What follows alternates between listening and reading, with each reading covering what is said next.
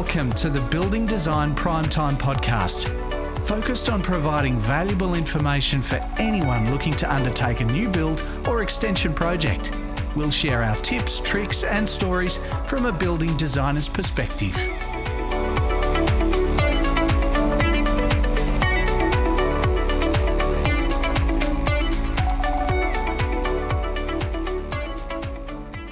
Welcome to the Building Design Primetime Podcast. I'm your host, Amelia, and once again, we're joined by Frank Geskett. Hey, Amelia. Happy Friday. Happy Friday. I'll say it again. You love Fridays. Don't we all love Fridays? Don't we all? All right. Hey, mate of mine just bought a new house. Yeah. Well, they're about to go through it. And it's this beautiful character home. It was only about 40 years old, so very nice, still quite original. And the building reports came out far better than I expected for something that was 40 years old. Really? Yeah. Normally expect a few little odd things, but like they did a full electrical scan, checked everything, and there was only a few minor issues, which 40 years old.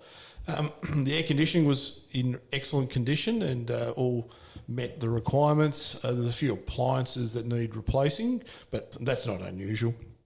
The plumbing, including the water lines, all really good. The hot water service was only about 4 years old. Had an extension done 12 years ago, and that was had all its completion certificates. They did a mould investigation through the standard mould investigation, so very minimal problems. So the house has been well maintained. They've put extra fans into the wet areas. They went through all the past insurance claims of the building, and there was nothing major, a few minor things, no major repairs. They did a full insulation scan, a thermal check on the building, and considering it's 40 years old, the insulation was great, but the ceiling, up in the ceiling, they put they've upgraded the bats on the extension. It was all pretty good, not too many holes in the thermal. So the star, they had it thermally assessed, and the star rating came back at about 4.3, and no disputes came up in the council records, which was pretty, not bad. And all certificates were clear. And then there was only one hiccup. There's Colorbond shed in the back that was missing its permits, but it wasn't going to be hard to get sorted. Okay. So it was pretty straightforward. Yeah, it's gone through like a dream. So they're just checking all the legals now, and hopefully they're going to move on to that. The bank is very happy with the reports of the building. Wow, that sounds incredibly thorough. It is.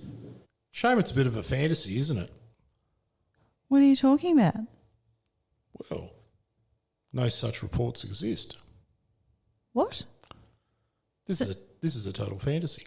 So your friend didn't get all of those things done? No, I'm telling you a big story. This is how it should be done. Okay. So in the real world, if you go buy a house, you have to figure all this stuff out yourself. It's buyer beware. So you probably don't get access to the permits.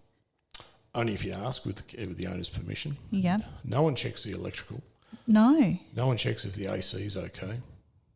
No one checks if the plumbing's okay. I don't know anyone that would have done a mould inspection you before they purchase. Yep. So what I've just shared with you would be an ideal report that every house probably should have. So we're talking about mandatory disclosure. Is that what you're alluding to? Well, this is even further than mandatory disclosure. So I suppose, hopefully I'm not confusing everyone out there, but I wanted to share with you what I think should be done on every house when you go purchase a house. Considering the average house price around Australia has gone through the roof, like in Sydney, I think they're well over $1 million. Yeah, the average is, I think. How do you know you're not buying a piece of crap? Oh, exactly. How do you know it's had insurance claims and they've had major repairs? And how do you know that it hasn't got all its permits? How do you know that the plumbing is not spot on? How do you know if thermally it performs? Or for the age of its building? Mm-hmm. This is all a dream. And in virtually every space in Australia, bar of Queensland, beginning of this month in Canberra, they don't have even half of this stuff, but it's still better than what we have now, which is bugger all. Sweet bugger all. Mm-hmm. And isn't this is an opinion piece. I want to point this out to everyone. This is purely my opinion. Why should we be allowed to go out buy houses that people have mucked with, never got permits, flip it for money, dodgy alterations or extensions or change something, and you're left with this problem? Yeah, and that's the thing when, you know, us as building designers, we often get called in and that we're that person that has to try and fix these poor people's problems that they've inherited. And sometimes we've got to say, no, so we can't fix this. Well, that's the thing. Sometimes we can't fix it. No one can fix it. No. But imagine if someone's done something and makes it an unhealthy home that you move into and makes you and your family sick due to mould. Imagine Yes. that. Yeah. How wrong is that? So wrong. So if it's buyer beware and you don't know what you're looking for, you don't know who to turn to, who are you going to trust? So no offence to the real estate agents out there, but there are some fantastic real estate agents I deal with a lot, and I've got a huge amount of respect for them. I've got some other ones, and Wouldn't go near them. no. So, which is really unfortunate, but this is every industry. I take my hat off to the real estate agents that do amazing jobs and look after their customers. So the lack of protection is pretty scary when you compare it to buying vehicles, and there's heaps more protection. Yeah. You know, insurance information where a car's been in an accident. You can't do bodgy repairs. You know, the lemon laws as such. There's consumer guarantees with white goods, electronics.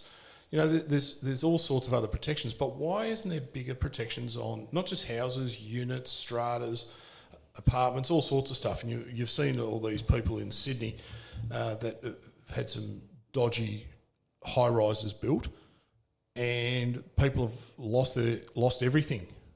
Yeah. They're paying repayments on something they can't live in. Yeah, it's pretty bad. Should never happen. Yes. Now, New South Wales government has actioned it, and that's great, but still it shouldn't be heading off because you've got unscrupulous people building stuff. Now, you could have that on any level of construction. So there's got to be greater protection to the consumer, especially now that your average house prices have just gone unbelievably high. The cost of construction, the cost of repair, cost of everything has just gone right through the roof. There has to be more protection. Yeah. There should have been more protection 50 years ago. Exactly. So why are we lagging behind? I do not understand any of this. So why do you have to fix up other people's stuff-ups? There should be a better way of doing this. What is the true cost of there's no way of measuring the true cost of people buying something and it's wrong. Remember, we were just talking about, you go onto the ABC Tasmania and how many reports are on there that if people have bought properties and they're either there's chunks of it, no permits, dodgy, can't get it passed, falling down, massive mould issues, leaking like a sieve, you name it. Very sad.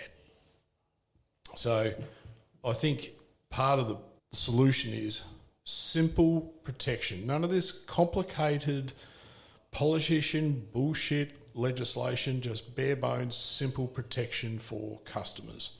Doesn't sound that hard, surely. Well, you wouldn't think so. I'm sure a politician or some guy behind a desk can make it hard. Yeah, yeah. So it should be open disclosure of everything, from every insurance claim, everything with council, from potential damage, complaints.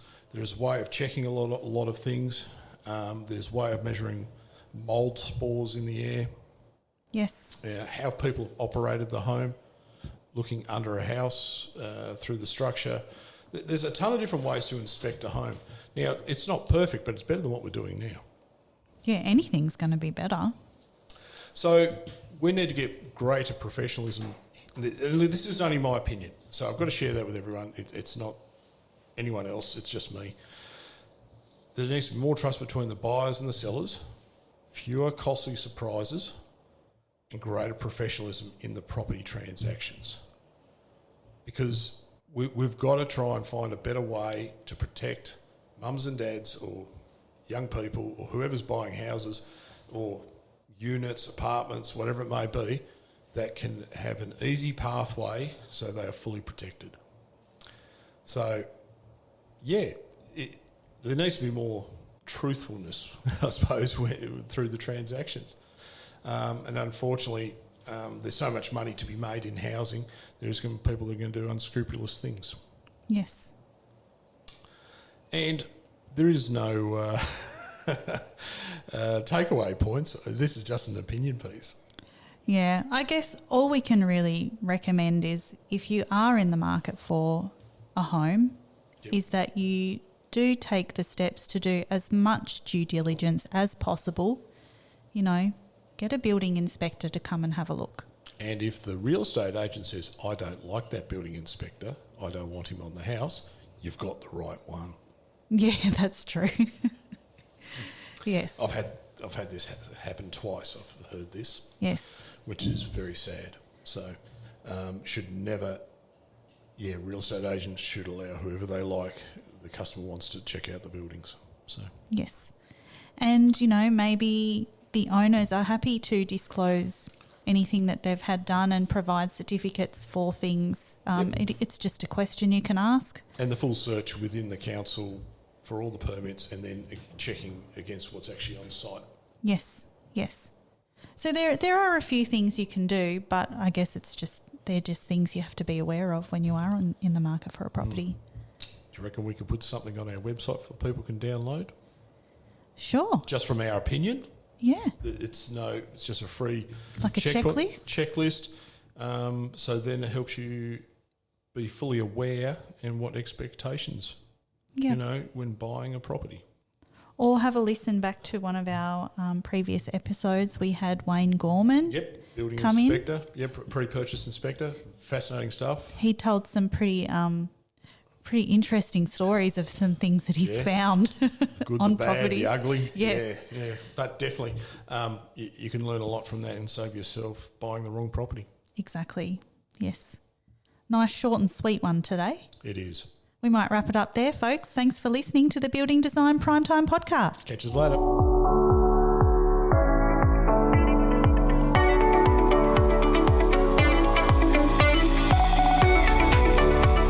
You're listening to the Building Design Primetime Podcast.